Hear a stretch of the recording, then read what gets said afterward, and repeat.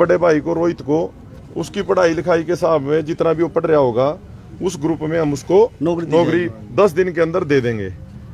इसके अलावा हमारी अगली मेन मांग थी 25 लाख के मुआवजे की। वो उस पर डीसी साहब ने ये कहा भाई ये जो 25 लाख का मुआवजा है ये हरियाणा सरकार और डीसी और मुख्यमंत्री की नॉलेज के बिना हम दे नहीं सकते, उन्होंने पास करना होता है। तो हमने कहा भी इसके ऊपर आप बात रखो जो 25 लाख का मुआवजा है। उन्होंने कहा भी मेरी जो करनाल के डीसी के पावर है 1 लाख रुपए की, 1 लाख रुपया तो मैं जारी करता हूं, मेरे को 15 दिन का टाइम चाहिए 25 लाख के मुआवजे को मुख्यमंत्री से पास कराने के लिए। ये 3 चीजें आपके सामने रख देते हैं। पहली तो एफआईआर हमने क्या, उन्होंने एफआईआर उन बंदों के खिलाफ 3 पुलिस वाले जो भी होंगे पर्चा दर्ज हो गया। जो नौकरी कही थी उन्होंने नौकरी की, हाँ वो तो पक्की हाँ है, अभी 10 दिन के अंदर हम उनको डीसी रेट में नौकरी दे देंगे। जो और जो मुआवजा था 25 लाख का उसमें उन्होंने ये कहा है भाई जो 25 लाख का मुआवजा है वो हरियाणा सरकार मुख्यमंत्री के पास पावर है, उसके लिए मेरे को 15 दिन चाहिए। मेरी पावर 1 लाख रुपए की है, वो मैं अभी जारी कर देता हूं और उसका केस बना के मुख्यमंत्री के पास भेजना होता है। आपका केस इसलिए मजबूत है क्योंकि आप पे ज्यादती पुलिस ने की है, सरकारी कर्मचारियों ने की है। वो मैं मुख्यमंत्री के सामने केस 15 दिन के अंदर या 10 दिन में भी हो सकता है, 15 दिन इसलिए मांग रहा हूं। तो ये वहां पर बातें हुई हैं 3 एफआईआर, जो नौकरी है डीसी रेट की करनाल में, उसकी जो भी उसकी पढ़ाई लिखाई या ग्रुप डी की सी की जितना भी वो पढ़ रहा होगा, और मुआवजे का 1 लाख रुपया आज जारी कर देगा। 25 लाख का केस मुख्यमंत्री के सामने 15 दिन मांग रहा। आप सारे आए हुए हो इस परिवार के समर्थन के लिए, आपके आगे हम वहां पर कोई बात फाइनल करके नहीं आए, सिर्फ उनकी बात आप पता ले का है उनका भी जो उन्होंने हमारे तक बताया आपके आगे रख दी। ये परिवार बैठा, परिवार भी अपना विचार रखेगा। देखो जिनका घर का नौजवान बच्चा गुजरा, हम सारे इनकी सपोर्ट में आ रहे हैं, समर्थन में आ रहे हैं। जब तक इन हमारी जरूरत हम इनके समर्थन में खड़े रहेंगे, चाहे कितना टाइम ही जरूरत पड़ो, ठीक है। बाकी इनका परिवार है जो जगदीश है जिसका ये 18 साल का बेटा इसमें राजिंदर है उसका चाचा जी। आप सारे मैं तो कहूँ उस परिवार पे छोड़ो, यहाँ हम सारे भी जो चीजें हुई मैंने क्लियर कर दी। इसमें जो कोई भी विचार रखना चाहता है विचार रख ले, और उसके बाद वो परिवार जो परिवार है वो अपना सोच के जो परिवार जो हमें कहेगा, जो परिवार जो जैसे कहेगा, हम उस तरह सारे उनके समर्थन के लिए आए हुए हैं, हम उनके समर्थन में खड़े हैं, ठीक है। ये 3 चीजें हुई हैं थारिया का, मैंने तीनों चीज की बात रख दी। राजिंदर बता भाई अपने विचार। 1 मिनट रुक जाओ, जगदीश ने भी खड़ा कर लो। आजा जगदीश। तो आप देख सकते हैं कि प्रशासन से बातचीत करने के लिए ये परिवार गया था, साथ ही साथ किसान भी गए थे, और जब बातचीत करने के लिए वहां पर जाते हैं तो 3 मांगे रखी जाती हैं परिवार की तरफ से, प्रशासन की तरफ से। पहली मांग रखी जाती है नौकरी की, दूसरी मांग रखी जाती है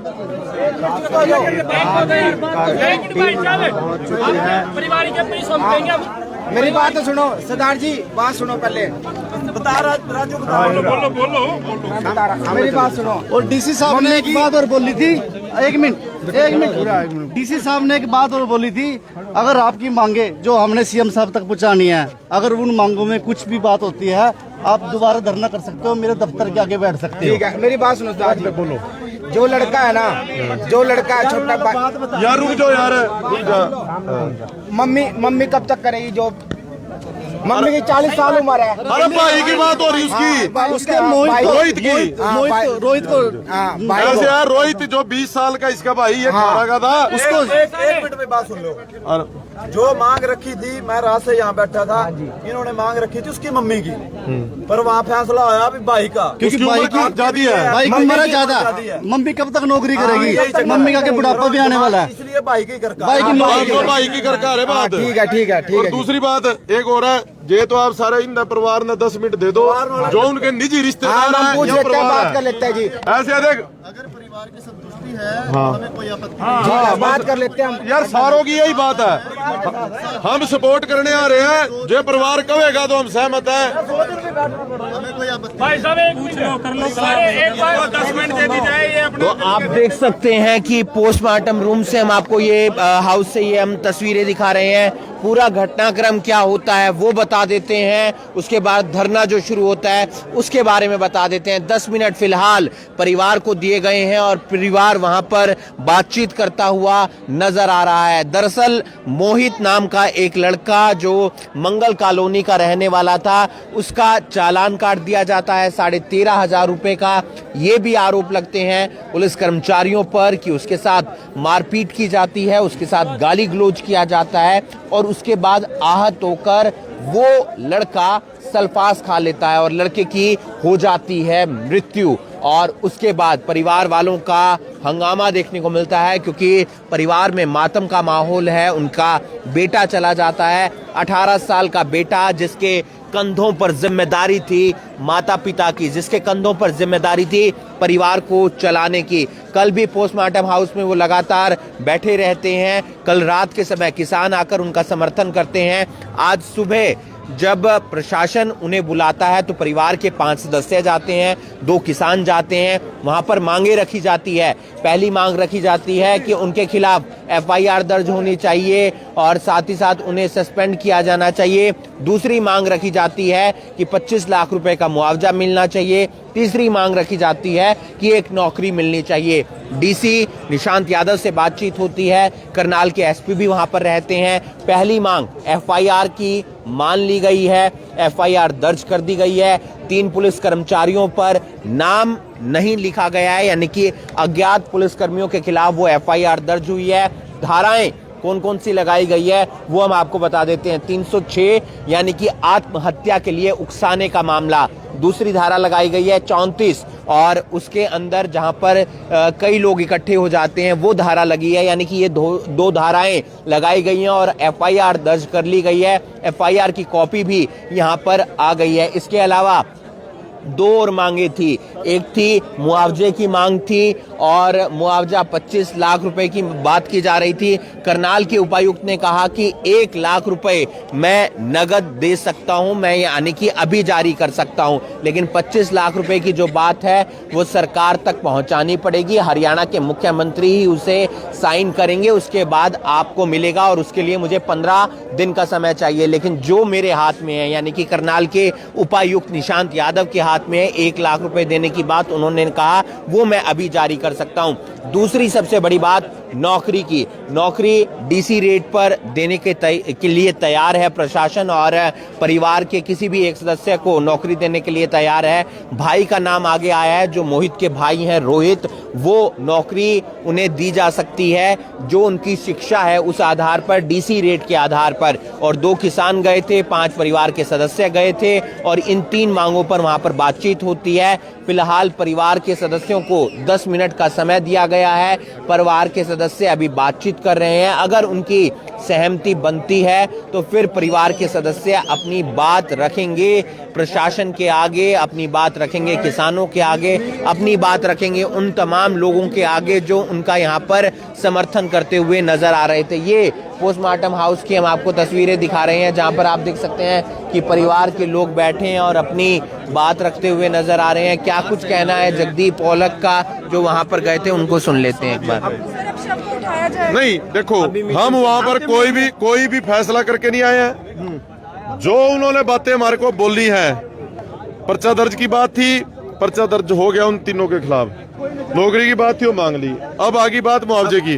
अब ये हम यहाँ पर परिवार में आए हैं, समाज में आए हैं, भाईचारे में आगे बैठे हैं, इनके आगे बात रख दी। अब सारों ने मिलजुल के जो उनका परिवार है उस परिवार को बोला भी आप बताओ, आप सलाह कर लो भाई क्या करना है। अंतिम निर्णय परिवार का होगा। हम उनके समर्थन में आए हुए हैं। अब परिवार अकेला बैठ के अपनी सलाह कर रहा है। जैसे ये परिवार बोलेगा, ये परिवार बोलेगा भाई हम इस पे सहमत हैं, तो हम लोग भी सहमत होंगे और संस्कार होगा। जे परिवार ये बोलेगा भाई हम सहमत नहीं है, हमने अपना धरना रखना है और आंदोलन करना है, हम इनके साथ हैं सारे लोग। पहले माँ की नौकरी की बात चली। माँ की उम्र 40 साल से ऊपर है, तो हमने फिर इसका भाई है रोहित जिसकी 20 साल उम्र है, फिर वहां पर बात हुई भी इसके नौजवान भाई को नौकरी दी जाए। तो इस करके उसके भाई की नौकरी की बात फाइनल हुई है और पर्चा दर्ज हो गया। और मुआवजे के लिए उन्होंने 15 दिन का समय मांगा है। 1 लाख मुआवजा जो डीसी की पावर थी उसने वो आज ही जारी कर दिया। वो जारी करने के लिए बोला है, अभी फाइनल कुछ नहीं है, क्योंकि फाइनल होगा जो परिवार बोलेगा। परिवार को सारी पावर दे दी है। जो तीन पुलिस कर्मियों के खिलाफ मामला दर्ज हुआ है, अज्ञात। हाँ, जो इन्होंने शुरू में लिख के दिया था, कोई सामने नहीं आया कुछ भी नाम। वो हो जाएगा, जांच में सारा क्लियर हो जाएगा। डीसी और एसपी साहब ने मान लिया है भाई, जो दोषी हैं उनको सजा मिलेगी, पर्चा दर्ज कर लिया है, अभी अज्ञात हैं। जैसे ही वो अपनी जांच करेंगे उसमें सामने आ जाएगा, वहाँ जिसकी ड्यूटी थी वो तीनों, उनका नाम आ जाएगा। दूसरा, डीसी रेट की नौकरी के लिए भी कह रहे हैं, वो मुआवजे के लिए भी कह रहे हैं। और हमने एक और उनको बोला है भी, जो विधायक है बल्डी गांव से ये मृतक है लड़का, वो उसको भी 5 लाख रुपए देने चाहिए, सामने आना चाहिए। उस पर भी हम दबाव बनाएंगे 5 लाख रुपए। इंद्री विधायक राम कुमार कश्यप को भी मजबूर करेंगे 5 लाख रुपए वो भी दे, अपने निजी कोष से दे या सरकार के कोष से दे। और मुख्यमंत्री के गृह क्षेत्र में है, मुख्यमंत्री जी से डीसी साहब 15 दिन के अंदर 25 लाख का वो भी पास कराएंगे। आप भी गए हुए थे साथ? सारा ठीक होएगा। तमाम लोग वहां पर गए थे और अपनी बात रखते हुए नजर आए थे। पूरा मामला हमने आपको तफसील से बताया। उन किसान नेताओं की भी हमने आपको बात सुनी। प्रशासन से बातचीत करने के लिए करनाल के उपायुक्त ने बातचीत की है, करनाल के एसपी ने बात की है, और बात जो की गई है उसमें सबसे बड़ी बात यह है कि 3 पुलिस कर्मियों के खिलाफ मामला दर्ज कर लिया गया है आत्महत्या के लिए उकसाने का, यानी कि नाम अभी तक साफ नहीं है उन 3 पुलिस कर्मियों के। दूसरी बड़ी मांग जो मुआवजे की जा रही थी, 25 लाख रुपए का अगर परिवार को मुआवजा चाहिए तो ये बात मुख्यमंत्री मनोहर लाल खट्टर तक पहुंचाई जाएगी। उन्हीं के हाथ में है 25 लाख रुपए का मुआवजा देना। करनाल के उपायुक्त के हाथ में 1 लाख रुपए का मुआवजा देना था, तो उन्होंने कहा कि मैं ये देने को तैयार हूं। तीसरी बात नौकरी की, परिवार चाहता है कि नौकरी मिले। परिवार पहले चाह रहा था कि माँ को नौकरी मिले, लेकिन माँ की उम्र ज़्यादा है, भाई बिल्कुल सक्षम है तो वो नौकरी कर सकता है, तो भाई के लिए नौकरी की बात वहाँ पर रखी गई है। डीसी रेट पर नौकरी की बात रखी गई है और फिलहाल परिवार आपस में सलाह मशवरा कर रहा है कि इन मांगों को जो मान रही है प्रशासन और सरकार के नुमाइंदे, उन पर क्या करना है। उन पर बातचीत करनी है या धरना आगे रखना है या फिर उन मांगों को मान लेना है, क्योंकि प्रशासन बातचीत करने के लिए तैयार हो गया है, मांगे मानने के लिए तैयार हो गया है, कुछ मांगे मानने के लिए तैयार हो गया है, और उधर बातचीत चल रही है परिवार की और परिवार बातचीत करता हुआ नजर आ रहा है। मोहित को इंसाफ मिले इसलिए ये धरना प्रदर्शन करनाल के पोस्टमार्टम हाउस में चल रहा है। परिवार के तमाम लोग वहां पर हैं और साथ ही साथ जो वकील हैं मोहित के केस को जो लड़ रहे हैं, इस बिरादरी से जो जुड़े हुए हैं, वो यहाँ पर जो पहुंचे हैं, उनसे भी एक बार बातचीत करने का प्रयास करेंगे कि उनका क्या कुछ कहना है। और क्योंकि मामला अपने आप में बहुत बड़ा हो जाता है, क्योंकि पुलिस पर आरोप लगे हैं और पुलिस किस तरीके से इस पूरे मामले को हैंडल करती है, किस तरीके से इंसाफ दिलाती है, किस तरीके से जो मामला दर्ज हुआ है उस पर कार्रवाई की जाती है, वो देखना होगा। 3 पुलिसकर्मियों के नाम सामने नहीं आए हैं, लेकिन मामला जरूर दर्ज हो गया है और उसी मामले के आधार पर कार्रवाई की जाएगी। वकील का क्या कुछ कहना है वो हम आपको सुनवाएंगे, लेकिन आप देख सकते हैं कि परिवार के साथ फिलहाल तमाम जो रिश्तेदार हैं वो बातचीत करते हुए नजर आ रहे हैं और पूरे मामले को सुलझाने का प्रयास किया जा रहा है। या तो मांगे अगर मान ली जाती है, प्रशासन मांगने को जिस तरीके से तैयार है, जो मांगे उस पर सहमति बन जाती है परिवार की, तो फिर ये धरना खत्म हो जाएगा। और 72 घंटे से जो यहाँ पर चल रहा है पूरा प्रोटेस्ट जो चल रहा है और जो उसका शव अभी नहीं उठाया गया है, उस शव को उठा लिया जाएगा और उसके बाद पूरी रणनीति बनाई जाएगी कि क्या कुछ उनका कहना है। ये तस्वीरें आप देख रहे हैं करनाल के पोस्टमार्टम हाउस से। वकील का क्या कुछ कहना है एक बार जान लेते हैं। आपका शुभ नाम और आप मोहित के केस को लड़ रहे हैं, देख रहे हैं किस तरीके से? मैं सर मोहित को केस क्यों नहीं लड़ रहा हूँ, मैं एज ए समाज यहाँ आया हूँ। मैं कश्यप समाज से हूँ और युवा जिला प्रधान हूँ मैं अपनी बिरादरी का। मैं 2 दिन से बाहर था। वकील हैं आप? हाँ, मैं पेशे से वकील हूँ, करनाल में ही प्रैक्टिस करता हूँ। आज हम 3 डिमांड लेकर डीसी साहब के पास आप भी गए थे उसमें? नहीं, मैं बाहर था। ये 7-8 लोग गए थे, जिसमें से उनकी 3 मांग बारे बात हुई है, जिसमें से 2 मांगे मौके पर ही डीसी साहब ने मान ली है। तीसरी मांग बारे वो भी क्लियर नहीं है। वो कहते हैं कि हमें पावर नहीं है 25 लाख रुपए देने की। तो मैं सीएम साहब से बात करके जो भी उचित होगा वो मुआवजा दिलवाऊंगा। तो अब हमने ये सारी बात समाज की और उसके परिवार के सामने रख दी है। जैसा परिवार डिसीजन करेगा तो वैसा आपको लोगों को बता देंगे। डीसी रेट पर नौकरी देने को तैयार हैं? जी, डीसी रेट पे डीसी साहब ने कह दिया है कि उसके भाई को या जो भी उसका परिवार का सदस्य है उसकी एलिजिबिलिटी के हिसाब से उसको नौकरी दे देंगे और 1 लाख रुपए मौके पे दे देंगे। 25 लाख रुपए बारे अभी कोई बात नहीं। और धारा 306 और 34 में एफआईआर दर्ज हुई है और अज्ञात पुलिस कर्मियों के खिलाफ वो एफआईआर दर्ज हुई है। क्या कहती है धारा 306, क्या कहती है धारा 34? सर 306 धारा कहती है कि जो कोई आदमी आत्महत्या के लिए किसी को उकसाता है उसके लिए 306 लगती है। और 34 में ये जो सब लोग मिलके जिन्होंने पीड़ित किया है वो सब आ जाती है। तो 306 धारा ठीक लगी है, लेकिन बाय नेम नहीं है। तीनों पुलिस वाले का नाम नहीं है उसमें, लेकिन ये है कि एफआईआर काट दी गई है। तो नाम किस तरीके से सामने आ सकते हैं? सीसीटीवी फुटेज के आधार पर सामने आ सकते हैं, यही एक ऑप्शन बचता है? सर हाँ, एक तो यही होगा कि सीसीटीवी कैमरे देखे जाएं, नहीं तो इनके पास रोस्टर होते हैं अभी किसकी ड्यूटी कहाँ लगी है। ये तो ऑन डॉक्यूमेंट्स होता है, वो उसके हिसाब से आना चाहिए था। नाम हमारी तो मांगे, ये नाम आना चाहिए था। अगर नहीं आया तो उसको अरेस्ट कराएंगे हम पुलिस वाले को, जो भी पुलिस वाला है वो। और सीसीटीवी कैमरे वहाँ पे लगे हैं, सीसीटीवी कैमरे देखेंगे। जिन भी पुलिस वाले ने इस बच्चे के साथ ज्यादती की उनको हम अरेस्ट कराए बगैर यहाँ से संस्कार नहीं करेंगे। तो आप देख सकते हैं ये वकील हैं और पेशे से समाज से जुड़े हुए हैं, यहाँ पर पहुंचे हैं समाज की मदद करने के लिए। उन्होंने बात रखी है, उन्होंने बताया तफसील से कि धारा 306 क्या होती है। किसी को आत्महत्या के लिए उकसाना धारा 306 के अंतर्गत आता है और धारा जो 34 आईपीसी की लगाई गई है उसके अंदर आता है कि जो एक ग्रुप होता है, जो लोग इकट्ठे हो जाते हैं, उसके तहत धारा 34 आती है। उनका कहना है कि धारा जो 306 लगाई गई है वो बिल्कुल सही लगाई गई है, लेकिन अगर उसमें नाम और लिखा होता है एफआईआर के अंदर कि कौन कौन से पुलिस कर्मचारी कौन कौन से वहां पर ड्यूटी देते हुए नजर आ रहे थे तो और आसानी हो सकती थी। फिलहाल सीसीटीवी फुटेज के आधार पर उनके नाम सामने आ सकते हैं।